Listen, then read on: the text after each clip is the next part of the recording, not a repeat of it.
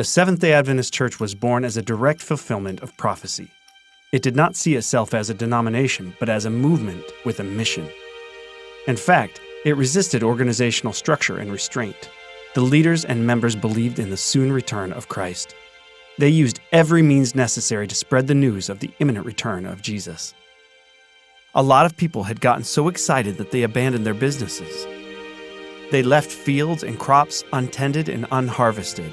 New England winters require preparation, and that preparation simply hadn't been done. People thought they were going to heaven in October. Instead, they wouldn't have food to eat or money for several months. Disappointment might not be a strong enough word. In the words of one Millerite, true believers had given up all for Christ, but he did not come. And now to turn again to the cares, perplexities, and dangers of life in full view of jeering and reviling unbelievers who scoffed as never before was a terrible trial of faith and patience. A Methodist paper called for thunderbolts red with uncommon wrath upon the head of Joshua Himes and other Millerites. Critics accused him of being a liar, a fearmongerer, disturber of the peace, and a cheat. Some said Himes fled the country. Some said he committed suicide.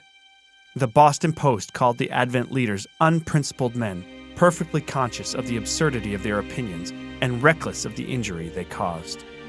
In reality, Himes, Miller, and other leaders of the movement had never instructed believers to leave their jobs, sell their property, and neglect their secular responsibilities. But their faith turned them into social pariahs. William Miller himself wrote, "It passed, and the next day it seemed as though all the demons from the bottomless pit were loose upon us." Hiram Edson lamented, "Has the Bible proved a failure? Is there no God, no heaven, no golden home city, no paradise? Is all this but a cunningly devised fable? Is there no reality to our fondest hope and expectation of these things?" Luther Beutel said, "Everyone felt lonely, with hardly a desire to speak to anyone. All were silent, save to inquire, 'Where are we?'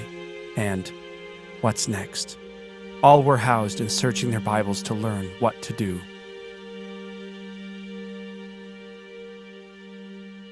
Then, Hiram Edson receives a vision while walking through a field.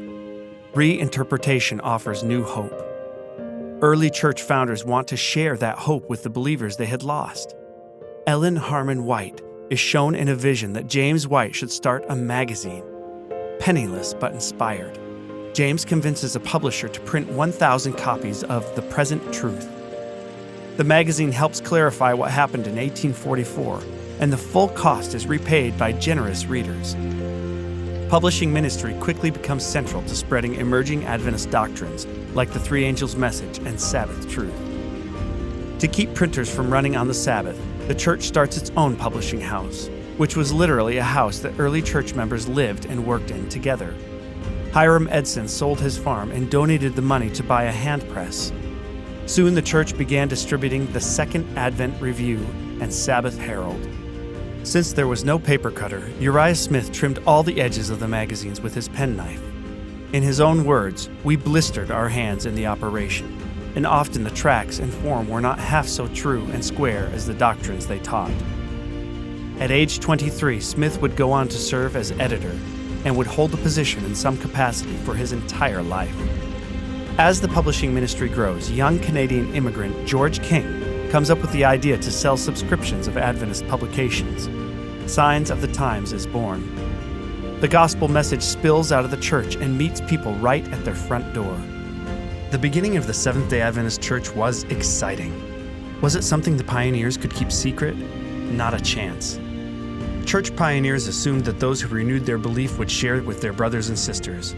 The brothers and sisters would share with their cousins, and the cousins would share with their brothers and sisters, and the whole Great Commission would fulfill itself. But it didn't work out that way.